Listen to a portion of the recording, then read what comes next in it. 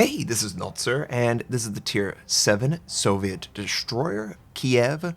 He has 12,800 health, a top speed of 42.5 knots, 6 130mm guns, 10 torpedoes, a surface detect of 8.7 kilometers, and 30 AA defense rating.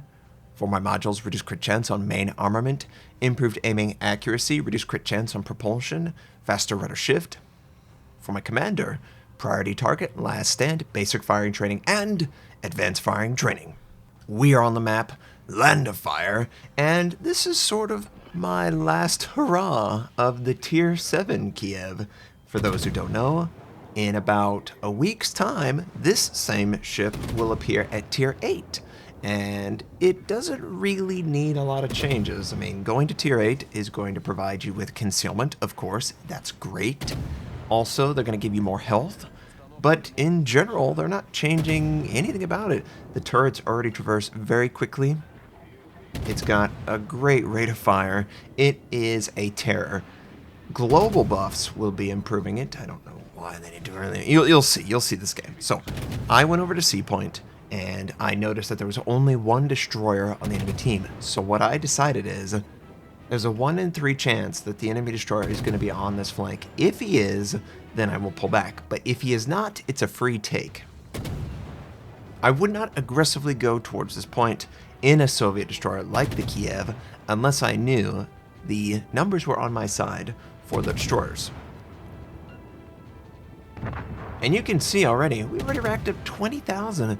I was going between each battleship, setting them on fire, trying to force it out. Enemy Pensacola as well. It's pretty scary. And this is a very weak commander, honestly. A 10-skill commander is nothing. I don't have anything to improve the damage of the Demolition Expert, except for, of course, the flag, the 1% flags combined. This is it. This is just a great, great ship. It has always been a great ship, and I'm sorry that I don't play it more often. I really should. It's just one of those ships. It's like, well, you've seen it. It's great. Every game, almost every game, it's fantastic. I always think people get bored by that, but then I look and I say, I haven't actually shown a ship game in the Kiev in 6 months. That's not really fair to the power level of this ship. So, we captured C. The enemy is trying to push forward on this flank, just like us. Maybe they don't recognize that half my team's over here. Either way, I don't like sitting in the open. I like to get to a mid to long range engagement with the Soviet destroyer and use my advantages in that scenario against my enemies. Set fires to them, let them die to dots. I mean, we have done 40,000 already. It doesn't look good, but it's not bad. I also see the enemy destroyer, and I'm going to move to intercept him 100%. I am so much better than him in the ship itself, but also I'm a tier better. The player itself, I'm probably just a better player. There's so many reasons why you kill the destroyer in the Soviet destroyer if you have a chance, and this is a perfect chance. I don't want him to get on a flank and send torpedoes, but first, we can't allow the bag of blood to exist. We have to take him out, so just one quick fire. Conveniently, the Farragut is close enough that I can use my torpedoes. Maybe we'll hit him, maybe not. But the gun systems will do just fine against the Farragut, and the Farragut has to deal with so many different things, from the aircraft carrier, myself, the destroyer, battleships, that sort of thing. And we are just leveling this guy. So much damage. And whenever they changed over the audio for the guns, the Kiev really got upgraded. It feels so much like a machine gun. It's just such a wonderful sensation firing the guns at the enemy. And he's so thin. He's trying to avoid the fire, but also avoid the torpedoes. Can we just kill him? Notser, can we just kill him? Come on. Yes, there we go. Okay. Well, let's not make it look too hard. Gotta make them feel like, oh man, this is a challenge. So, we've taken out the Farragut. There is no longer a single destroyer on the enemy team. I can basically free roam. Everything on the enemy team has worse concealment than my ship. Just straight up. Even 8.7, I know, that's pretty bad, but you get the idea. Now, the Kiev, the Tier 8 Kiev, What should you expect? Well, I would focus on getting the concealment module. Obviously, that's going to improve the concealment. I don't believe they're nerfing the concealment in compensation. It's just straight up going to be able to equip a concealment module that it can't do now. It's going to have more health, and you should be successful because of that. You will always be successful in Soviet destroyers if you're comfortable firing your gun. And this enemy Warspite, he was out in the open. The Warspite is notorious for taking damage and taking fire damage specifically. So let's try and assist him in fulfilling that narrative, right? It's one of the life goals is to always see a Warspite. It's like, oh, it's so juicy. It's just such a voluptuous battleship. It's got a lot of curves that you could really take advantage of. And of course, first shot, or not the first shot, but we get a fire fairly early. He puts it out. He's a one fire kind of guy. You really can't afford to be a one fire kind of guy in the Warspite, I'm afraid. She takes that much damage that you must be a little bit more conservative with your damage control usage. And a combination of things. I missed my shots. I was trying to avoid the possibility of maybe running to the island. And I know many of you are like, no, run to the island. Go, go, go. Well, it didn't happen. So we set him on fire. The damage control immunity is gone. And his guns are maybe trying to traverse to me. It is so imperative that you know, hey, his turret traverse is awful. It's among the worst in the game, and I am trying to walk that fire along the ship, looking to set more fires. But it is so hard for the Warspite, in particular, to engage enemy destroyers. And this strategy is going to work at Tier 8, Tier 9, Tier 100. It does not matter. The Soviet destroyers are dominant in this position. Now, some of you might be going, use the AP, he's broadside, and I tend to agree. What can I say? I'm a little bit too conservative when it comes to my usage. I really like to get multiple fires on a target and feel like, yes, take the dot damage. You can't do anything. If he's perfectly broadside, AP's going to get me, 3,000 per salvo every 3 to 4 seconds. That's pretty good. That's really good. And I just need to be able to do that more often.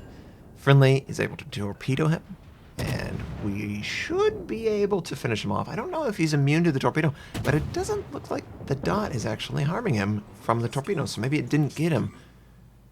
Now, the game feels pretty easily in our hands. I'm going to decide, and this is probably not what you don't listen to Notser. Don't do what you see Notser do. I am not going to capture B. I'm going to go for the kills. It's not the right thing to do objectively, but it is such a wonderful thing to experience when you're so dominant. I mean, there is a possibility that we could earn Kraken. We've just got to try hard enough. So, enemy Scharnhorst just inside my gun range. I'm going to fire on the Scharnhorst. I'm going to try and do as much damage as I can. We've got, 4 friendly ships right in front of the Scharnhorst. Not looking too good for our friend who's using the Commander camouflage. I believe it's for a special event. It's called Restless Fire or something like that. It's what you want to use when you're leveling commanders, but I digress. He's going to die. Yeah, he dies to torpedoes. There is a fighter overhead, and in that instance, I said to myself, that fighter is pretty close.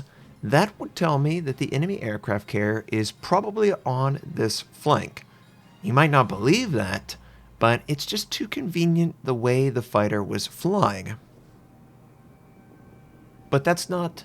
I don't need to cash in the aircraft carrier kill. There's a Tirpitz over here who's Fletcher Christian 2016, and I want to just farm his body for fire damage.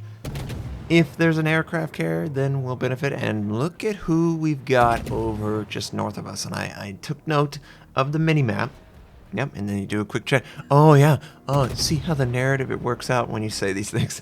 But we're aware. So what I intended to do is I'm going to sail directly north. I'm going to cut right next to the island. And I sort of was rooting for the Amagi on the other flank, just so the game will last longer. I know that's terrible.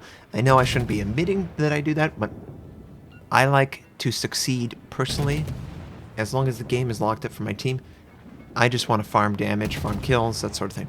So I'm going to try and go very quickly just left of the island and torpedo the enemy aircraft carrier while firing on the turrets. It's really easy to plan out a strategy in a Soviet destroyer because you basically are on autopilot from a gun standpoint. But look at what this guy's doing.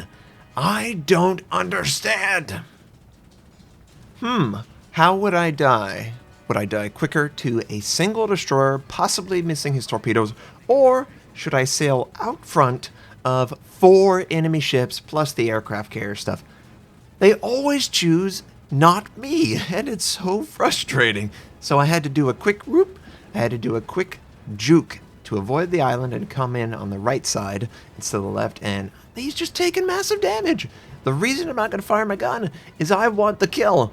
I want the torpedo kill. I don't want to get him anywhere close to die because my friends are just going to shoot. And look at this. It's set up perfectly. We can get the torpedo kill. Look at the game. Of course. Should have gotten killing that guy. Should have been doing tons of damage. Same with the turrets. It's just, they don't want to die to me. I don't understand. But we did a great job for our team. 3 kills. 94,000 points of damage done, 2018 base XP, way higher than anyone else. And I'm not surprised. This ship is that good, and it will be this good at Tier 8.